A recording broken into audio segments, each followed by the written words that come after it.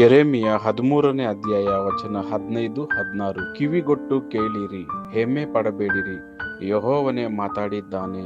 ನಿಮ್ಮ ದೇವರಾದ ಯೆಹೋವನನ್ನು ಘನಪಡಿಸಿರಿ, ಇಲ್ಲದಿದ್ದರೆ ಸ್ವಲ್ಪ ಕಾಲದೊಳಗೆ ಆತನು ಕತ್ತಲನ್ನು ಉಂಟು ಮಾಡುವನು. ನಿಮ್ಮ ಕಾಲುಗಳು ಮೊಬ್ಬಿನ ಬೆಟ್ಟಗಳಲ್ಲಿ ಮುಗ್ಗರಿಸುವವು. ನೀವು ಬೆಳಕನ್ನು ನಿರೀಕ್ಷಿಸುತ್ತಿರುವಾಗ ಆತನು ಅದನ್ನು ಮರಣಾಂಧಕಾರದ ಕಾರ್ಗತ್ತಲನ್ನಾಗಿ ಮಾಡುವನು. Jeremiah chapter 13 verse 15-16. Hear and pay attention.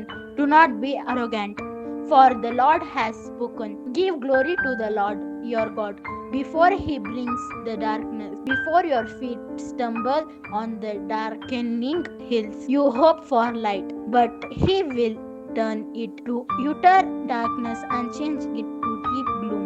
यिर्मयाह अध्याय 13 वचन 15 और 16। देखो और कान लगाओ, गर्व मत करो, क्योंकि यहोवा ने यूं कहा है, अपने परमेश्वर यहोवा की बड़ाई करो, इससे पहले कि वह अंधकार लाए और तुम्हारे पांव अंधेरे पहाड़ों पर ठोकर खाएं, और जब तुम प्रकाश का आलोक देखो, तब वह उसको मृत्यु की छाया में बदल दे और उसे घोर अंधकार बना दे।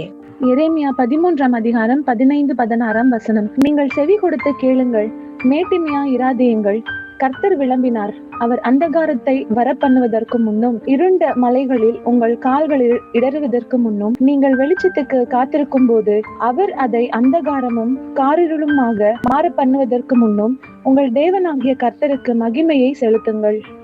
యెరెమీయా 13వ అధ్యాయం 15-16 వచనం. చెవియొక్కి వినుడి, యెహోవా ఆజ్ఞ ఇచ్చుచున్నాడు, గర్వపడకుడి. ఆయన చీకటి కమ్మజేయక మునుపే మీ కాళ్ళు చీకటి కొండలకు తగులక మునుపే వెలుగు కొరకు మీరు కనిపెట్టుచుండగా, ఆయన దాన్ని గాఢాంధకారముగా చేయక మునుపే మీ దేవుడైన యెహోవా మహిమగల వాడని ఆయనను కొనియాడుడి.